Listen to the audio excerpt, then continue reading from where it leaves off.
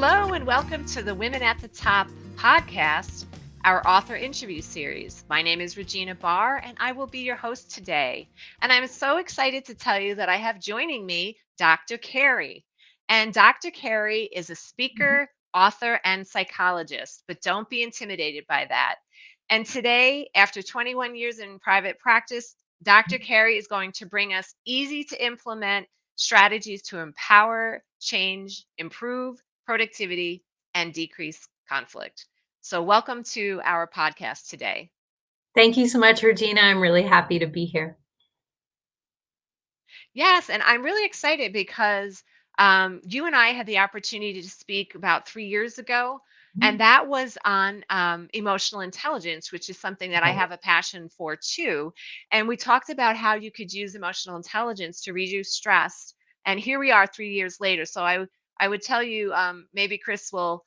I'll have my assistant Chris find that old podcast and kind of repost it so people can take a look at that too. So Yeah. today we are here actually to talk about your book, and I don't know if people can see it if I hold it up a little bit. Not that great, but it's called Self Help on the Go because you are not broken, but life gets tricky sometimes, and boy, it sure does. So Yep. tell us what inspired you to write Self Help on the Go. So this is the book my clients asked me to write. They kept coming in and very generously would hand me their 200 or 300 page self-help book on one topic. And they would say, I don't want to read 200 pages about why I get angry when my boss is a jerk. I just want to know what to do the next time my boss is a jerk. And there are all of these different things I've been using in practice for a very long time. Lots of them actually are clinically proven, research backed. They're techniques that are easy to use, easy to implement, but they span across a variety of different problem areas. And so, self help on the go, very different than a traditional self help book. First of all, it's not going to promise that if you apply the techniques that your life will become perfect, because that's not true. Um, Who lives in that world, right? it seems like a lot of people. I don't live in that world. So if that makes anyone who's watching or listening feel better, there you go. And also, we aren't going to focus on how you're broken. We're going to assume that just like everybody else, you have strengths and weaknesses and tendencies towards things that really are great, and maybe sometimes some tendencies towards things that aren't necessarily the best. And 10 different topic areas, all of the common problems that we tend to get mixed up in. And for each topic area, we have around 10 tips in each of the topic areas. And most of the 10 are things you can use right away. Every now and again, it's a longer term practice, but most thing it's literally like, hey, my boss is being a jerk. How do I communicate better? Turn to the chapter on communication. You have 10 ideas about what you can do in the moment to handle that conversation well. I think that's great. And I have to tell you, when I was preparing for our conversation today, I was looking through the book and reading up on some things, and I was pleasantly surprised to find that there are some practices that I'm already employing. And then it was nice to see some other alternatives that I could try out. So I'm a lifelong learner, so I love to learn new things. And speaking of new things, one of the concepts, and I've not heard this before, you talk about the concept of psychological flexibility. And I'm thinking that sounds like something that would be pretty good to have. So tell us, what is that? And then how can it help those listening or watching today actually improve or decrease their stress levels? Absolutely. So, and decreasing stress is so critical, both for our mental health and our physical health, and just to make life more fun. But psychological flexibility is a fancy name for a very basic concept. And the concept is that if we are working with the reality that we actually have, not the reality we want, not the reality when we lose the 10 pounds, not the reality when, we need something to happen or to stop happening, but when we're actually working with the reality that we have, that gives us more choices and more flexible options. So I can tell you a story if you'd like an example of. Yeah, let's have a story because, I think most of us are probably familiar with be present, be in the moment. So I would love to know a little bit more about a story that just, showcases the reality that we have. And this takes it beyond just be present. Being present is a piece of psychological flexibility, but a huge piece of it is also then working with the reality that you do have. So it's doing an assessment of what's going well and what's going badly, and then moving forward from there instead of just getting hijacked by emotions and reacting impulsively. So a couple of weeks ago, my husband and I went on a trip to San Diego, which I don't know if anybody's been to San Diego lately, but I find it like one of the most pleasant places on the planet, right? You're outside all the time. The weather was amazing. It was warm. It was, 30 degrees, and we got 8 inches of snow at our house in Denver while it was 65 degrees, and we're walking on the beach in San Diego. It was great. And then you probably felt hot. Which was a Right? fabulous, Comparatively, fabulous yes. feeling. But we got a rental car, right? And driving the rental car, and it was really a choppy drive. And I was kind of at a place where I was like, man, like I just not know how to drive a different car? Like, what is going on? This just feels so weird. And all of a sudden, about a quarter of a mile before we're getting to the place where we're staying, there is a box on the windshield, literally about this big, like a 3 by 3 box. And it says, I can't remember if it said total or complete, but it's some very alarming word like total. And then the next two words are vehicle and malfunction. Oh boy. And then all of the other lights on the dash go on. Every warning light on the dash is illuminated. And then there's this box, and it feels like the car is like a car that's about to run out of gas. Oh my gosh. So we fortunately are very close to where we're going to be staying. We pull over, we get the car parked. I take a picture of the thing. I call the rental car company. And now I'm running into expectations, right? Like I have an expectation that when I rent a car, it's going to work. Mhm. I have an expectation that when I'm on vacation, I'm going to get to be on vacation. Right. I also have an expectation that when a rental car doesn't work, that they will bring me a new one. Turns out all of these expectations, while lovely, none of them are true.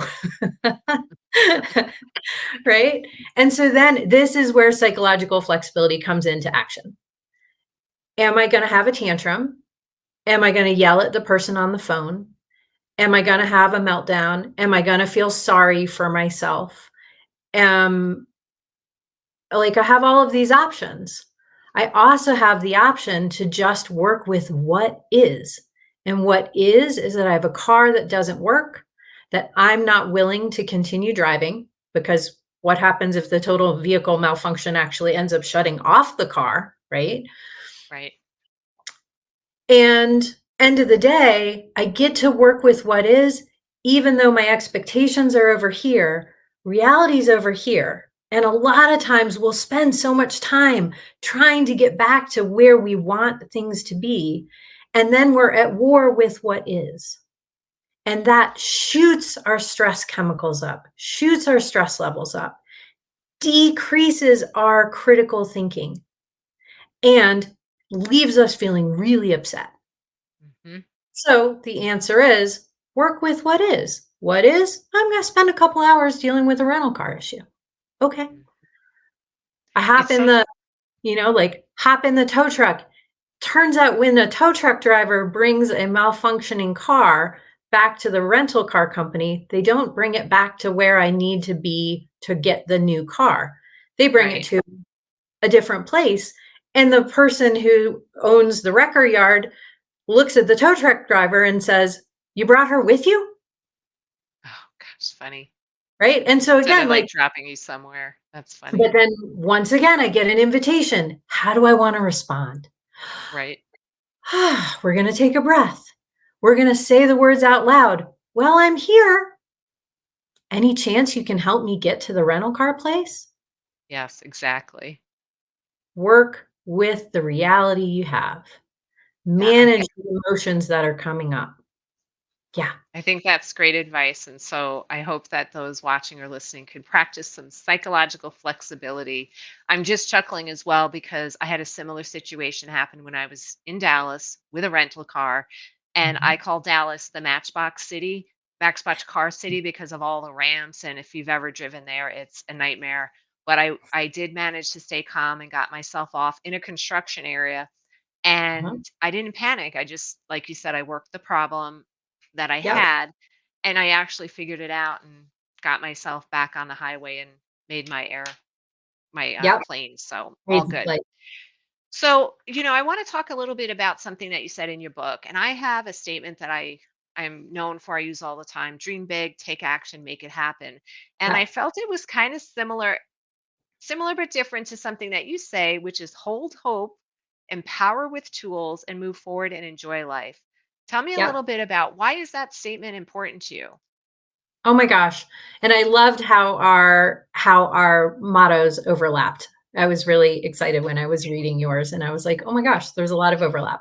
So, holding hope I feel like is part of the primary job when clients come in and they're struggling, right? Most of the time occasionally clients come in who just want to move forward with something and they're doing really well, but lots of times clients come in and they feel like they've gotten the stuffing beat out of them by life and their level of hope tends to be low. And so it feels like one of the gifts that I can give them is to hold hope for them and then reflect it back to them.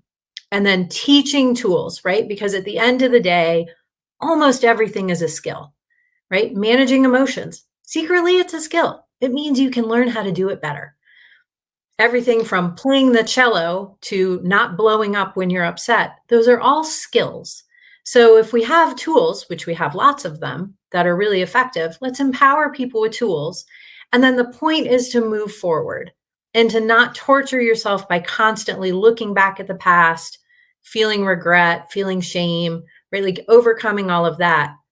Moving forward is fabulous. And then you can really enjoy life more. And then even when you're in the midst of a problem, you can have more fun with it.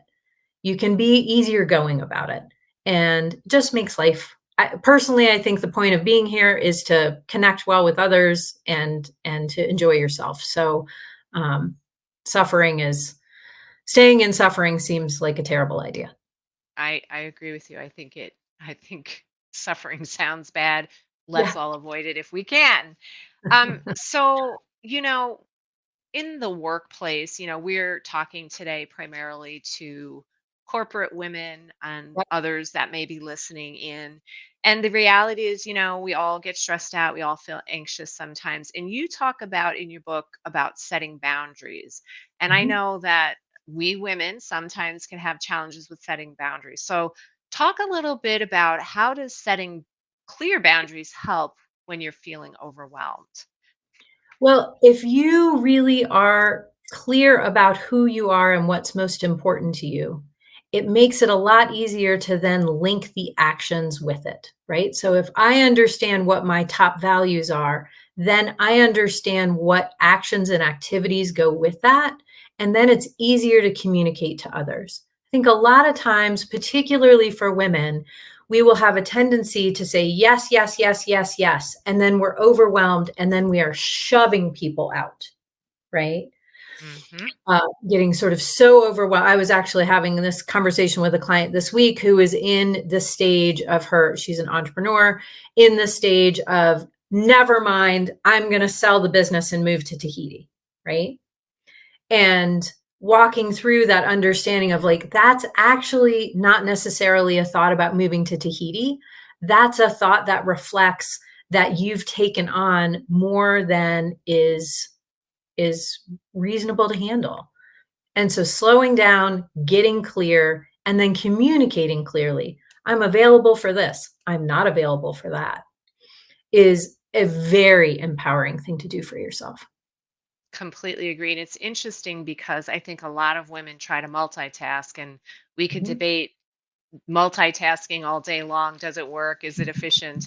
But I've been reading a book called One Thing, and Mhm. I have found that to be helpful for me. In addition to, I have been working on setting some additional boundaries and exiting some things, including boards, Yep. committees, and things that don't serve me well anymore. That, sometimes we keep doing things because we can or we're good at it. And I've been really rethinking some things. Mhm. Before we got on live today, you and I were talking about sometimes we hit a tipping point that causes us to reevaluate things. So, um, I really have found that we're more empowered than we would like to believe, and Yes, I have been practicing implementing some of those boundaries. So I wanted to talk a little bit about. I think we've all had times where we faced things that maybe didn't go the way we had hoped or planned, and I'm wondering, just in brief, if you could give us a few techniques that could help when something doesn't go our way. absolutely. So the first step, and this is gonna sound a little bit paradoxical, is to actually accept what's going on. And by acceptance, it's critically important to know that I am not saying approval. So when calamity occurs, acceptance is not saying, "Oh, I'm so glad this happened." This is a piece of why when calamity does occur and people are like, "Everything happens for a reason," it tends to make people feel more angry than it does soothed because it's too soon to suggest that you approve of the problem. Acceptance is just literally acknowledging, whoa, here is what is real. This is what is. And then you can do an assessment of what portions of this are positive, what portions of this are negative. And if you're in assessment instead of just reaction, if you're in assessment, then you can figure out, you can get more quickly to a variety of solutions and a variety of options. And that choice is going to help you feel empowered and less hopeless and helpless. Because more than anything, we want to get out of victim mode where it feels like life is happening to us. We want to be the ones making some choices in life while we're also acknowledging the reality of sometimes things happen, right? And so an easy example, like my rental car thing, right? Like it's a very low emotion example. We can have very high emotion examples. Someone's diagnosed with cancer, you get fired, your company gets bought and you're laid off, right? Like they can get really big. And the sooner we can acknowledge the emotions that are happening and do an assessment of the actual reality, that acceptance piece is going to help you move forward, just whether it's a small, medium, or a large problem. Well, that will be something we'll all have to try to work on, the acceptance piece, because I do think um, that's where we create the anxiety. We're Yes. not able to accept something, and then we get clouded in our thinking. And then not only can we not assess, but we can't make choices then on a way forward. So then you kind of get into where you're spinning your wheels or just going in a circle, which not usually good for anyone, especially in some of the situations that you just described. Well, So, and a piece of it too is giving yourself enough room to acknowledge how upset you are that what you wanted didn't happen. So instead of telling yourself, like, downgrading the problem, "Oh, I shouldn't feel bad. People have life worse." It's actually like, it's actually okay to say, "I'm really upset about this," because that is a piece of accepting reality, is acknowledging how you really feel. yeah, I totally agree that accepting and honoring and recognizing your emotions. I feel like I used to have a conversation with my nephew frequently, and we would talk about how you get to feel how you want to feel, Yep. and it's okay not to like or accept the behavior of others, Mhm. because he was struggling with some things that an adult in his life was doing, and it was so hard for him. Um, and I remember trying to tell him it was hard for me too, Yep. that this Yep. person was creating and behaving in certain ways. And so I remember just thinking to myself, like, wow, I have no idea if I'm helping my nephew by having this conversation, Oh, but it seemed to help, right? Just, I think somebody caring and listening and recognizing that. So, well, absolutely. I know that you focus a lot on the concept of joy, and we've got just a little bit of time before we start to wind down. So tell us a little bit about your focus on joy and how this can be a tool for the folks listening in or watching today. So I don't know about you, but I feel like I'm in my very best self when I'm joyful, right? And when I'm joyful, I tend to be playful, open, easygoing, right? Like the cascade, the waterfall of feelings and experiences that come from feeling joyful is really lovely. And they tend to be the opposite of psychological rigidity, where things have to be one way. It's constrained and small and tight and crisp and fragile. And so when I talk to my clients and I also talk to myself about how can I purposefully cultivate something that I could really enjoy today. And it doesn't have to be expensive. Sometimes it can be expensive and extravagant. Sometimes it can be as small as drinking your favorite cup of tea for 5 minutes in the middle of a busy day. But to give yourself permission to identify and then actually do the things that make you feel joyful on a pretty regular basis, I strongly encourage it for everyone. I love that you said that about tea because I am a tea drinker. Uh-huh. And that is one of the techniques that I use because us tea drinkers like to brew our tea. So you have to slow down a little bit. And just the process of making it, there can be joy. And then actually enjoying the beverage itself.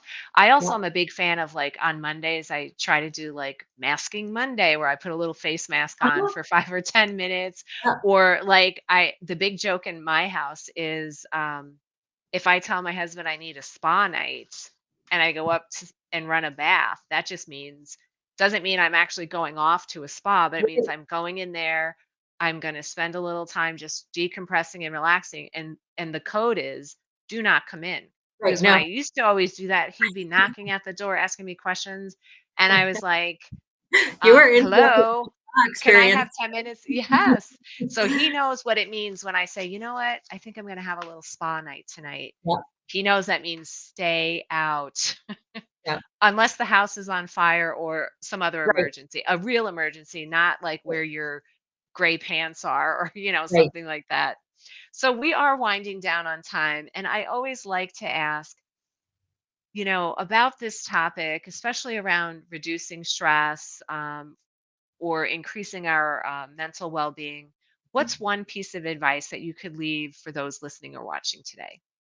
Absolutely. I think one piece that I would love to leave people with is that this is a process that you need to do deliberately, but it doesn't have to feel huge and like a ton of work. It really can be 5 minutes with tea, 2 minutes outside and let the sun hit your face. It does not have to be huge. It doesn't have to be hard. And you don't have to do it the same way as your neighbor, best friend, husband, wife, whatever. It literally can be like what brings you joy, what decreases stress in your system, and then just deliberately paying attention to doing that. Well, I love that. So we'll end on a kiss, keep it simple, right? That's what I'm hearing you say. And I want to say thank you so much for being here, Dr. Carey. It's been fun to visit with you again, and we would love to have you back at another time. And those of you who are listening in, please be sure and check out our events page so you can see what our upcoming podcasts are. On that note, I just want to say have a wonderful day. You too. Bye.